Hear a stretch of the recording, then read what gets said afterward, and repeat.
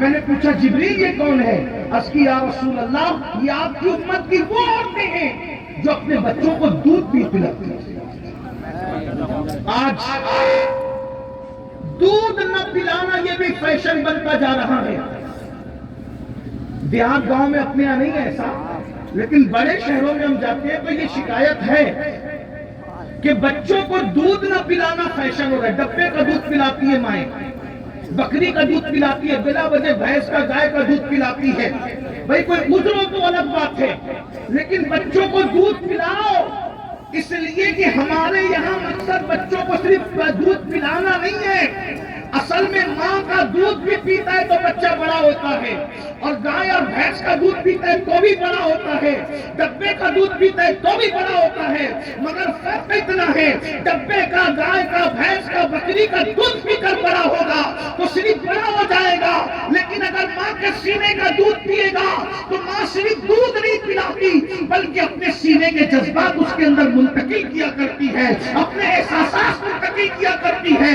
کسی مفکر نے کہا تھا تم مجھے اچھی مائیں دے دو میں تمہیں اچھی نسل عطا کر دوں گا، اس لیے کہ ماں کے سینے کے اثرات دودھ کے ساتھ بچوں میں منتقل ہوتے ہیں۔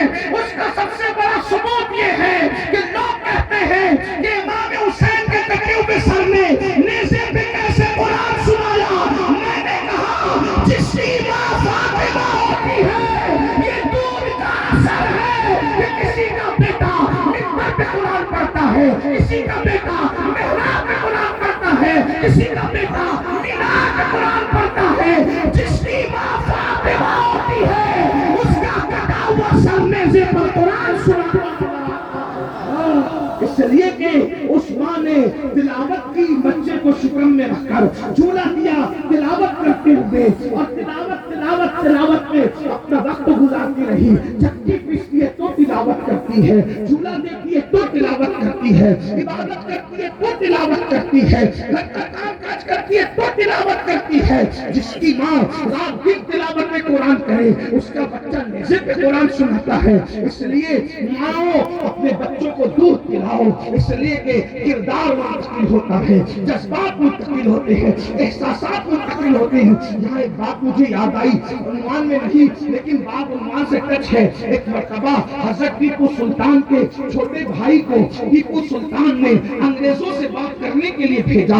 جب ٹیپو سلطان کا بھائی گیا اور آنے میں دیر ہوئی تو لوگوں نے چغلی کر دی، سلطان تیرا بھائی غدار تو نہیں، اتنی دیر ہو گئی انگریزوں سے ہاتھ تو نہیں ملا لیا، انگریزوں سے ہاتھ تو نہیں ملا لیا۔ تو سلطان کو خیال آیا واقعی میرا بھائی غدار تو نہیں ہو گیا، آنے میں دیر ہو رہی ہے، انگریزوں سے ہاتھ تو نہیں ملا لیا۔ ایسے میں سلطان گھر میں آئے اور آ کر کے بے چینی میں ٹہلنے لگے، بے چینی سے ٹہل رہے تھے۔ ایسے میں ماں نے پوچھا ٹیپو کیا ہوا بیٹا؟ اس لیے کہ سلطان لوگوں کے لیے ہے، ماں کے لیے تو بیٹا بچہ ہی ہوتا ہے، تو کیا ہوا تم کو بیٹا؟ کہا ماں تمہارے بیٹے نے میری گردن کو نیچے کر دیا۔ ماں کو غیرت آئی، ماں اٹھ کے کھڑی ہو گئی، کیا بات رہے ہو؟ میرے بیٹے نے گردن کیوں نیچے کر دی؟ کہا ماں انگریزوں سے بات کرنے بھیجا تھا، گیا ابھی تک نہیں آیا، لوگ باتیں کر رہے ہیں کہ سلطان کا بھائی غدار تو نہیں، ملک کا سودا تو نہیں کر کے آیا ہے۔ ماں نے کہا خدا کی عزت کی قسم مائیں سن لو، ٹیپو سلطان کی ماں نے کہا خدا کی عزت کی قسم میری کوئی اولاد نہ ملک کی غدار ہو سکتی ہے نہ مذہب کی غدار ہو سکتی ہے۔ تمہارے لوگ جھوٹ کہتے سلطان، یہ کہہ کر کے غصے کا اظہار کرتے ہوئے بیٹھ گئی۔ تھوڑی ہی دیر گزری تھی کہ سلطان کے بھائی آئے، خوشخبری لے کر آئے، سودا کر کے نہیں بلکہ ان لوگوں کو اپنے معاہدے کے اندر کے جال میں پھانس کر کے آئے۔ ماں کو سلطان نے کہا ماں میرے قدم لڑکھڑا گئے، مگر تم نے گھر میں بیٹھ کر اتنے یقین سے کیسے کہا کہ تمہارا بچہ ملک و ملت کا غدار نہیں ہو سکتا؟ ماں نے کہا بیٹا تیری ماں نے تجھے اور تیرے بھائی کو کبھی بغیر وضو دودھ نہیں پلایا، یہ باوضو دودھ پلانے کی برکت ہے۔ میری اولاد نہ کبھی ملک کی غدار ہو سکتی ہے نہ مذہب کی غدار۔ جب تک مائیں اپنے بچوں کو درود پڑھتے ہوئے دودھ پلاتی تھی، باوضو کے دودھ پلاتی تھی، ان کی نسل میں کوئی ٹیپو سلطان پیدا ہوتا تھا، کوئی اللہ اکبر، کوئی غوث الاعظم دستگیر پیدا ہوتا تھا، کوئی غریب نواز پیدا ہوتا تھا، کوئی صابر کلیل پیدا ہوتا تھا، کوئی بابا فرید پیدا ہوتا تھا۔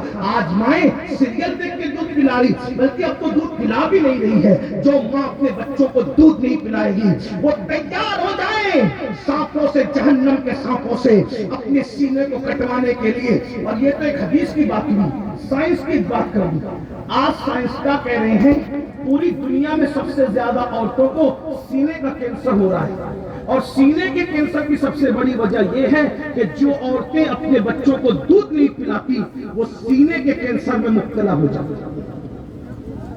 میری بہنوں، اس لیے توبہ کر لو۔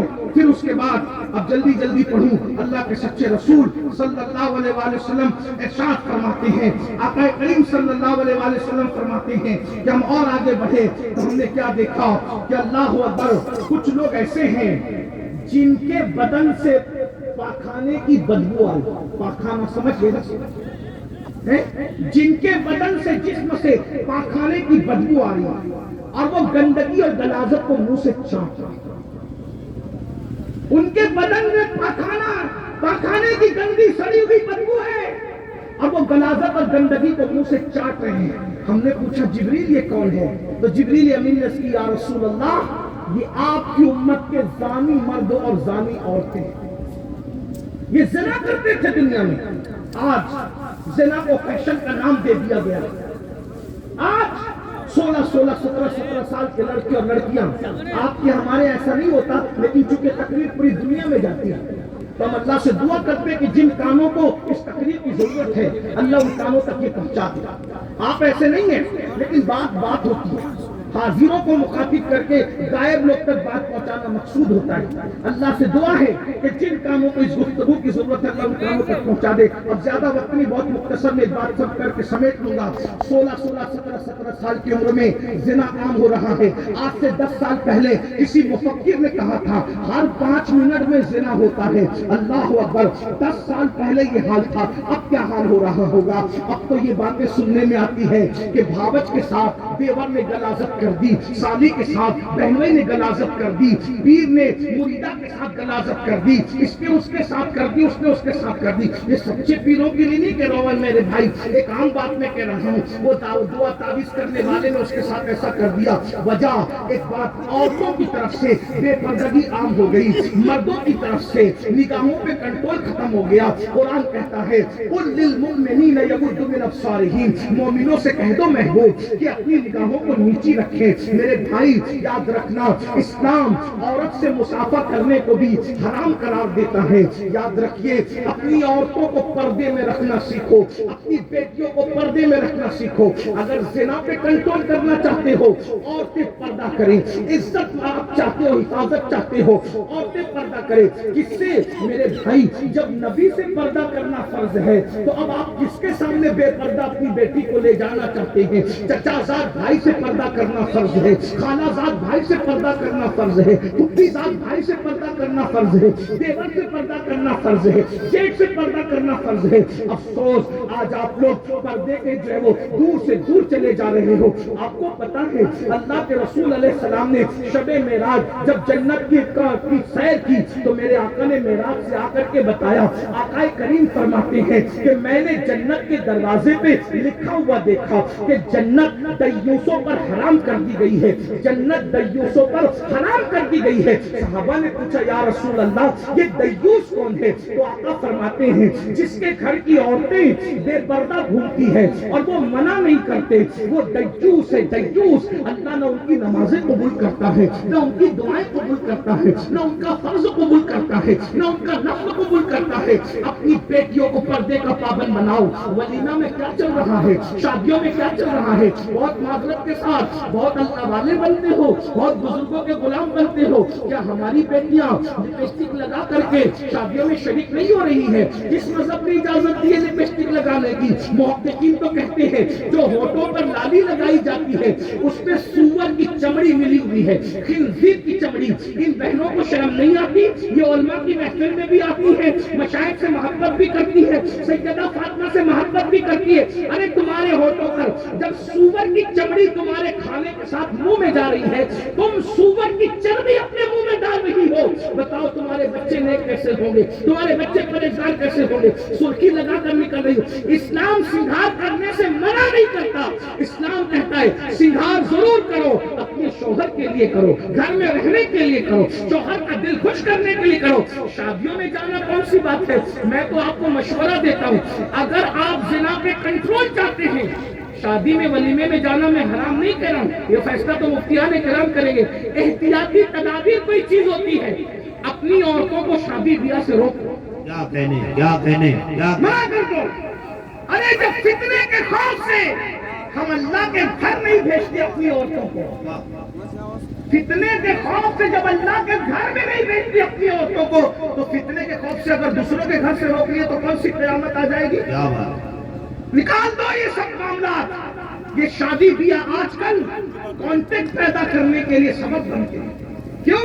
شادی بیاہ میں اوپن ماحول ہوتا ہے, عورتیں مردوں کا اختلاط ہوتا ہے, اور اسی میں لڑکے لڑکیوں کے رابطے ہو جاتے ہیں. میں کھل کر کے بات کرنے کا آتی ہوں, بزرگ لوگ بیٹھے ان کا لحاظ بھی کرنا ہے, لیکن آپریشن تو کرنا پڑے گا نا. اگر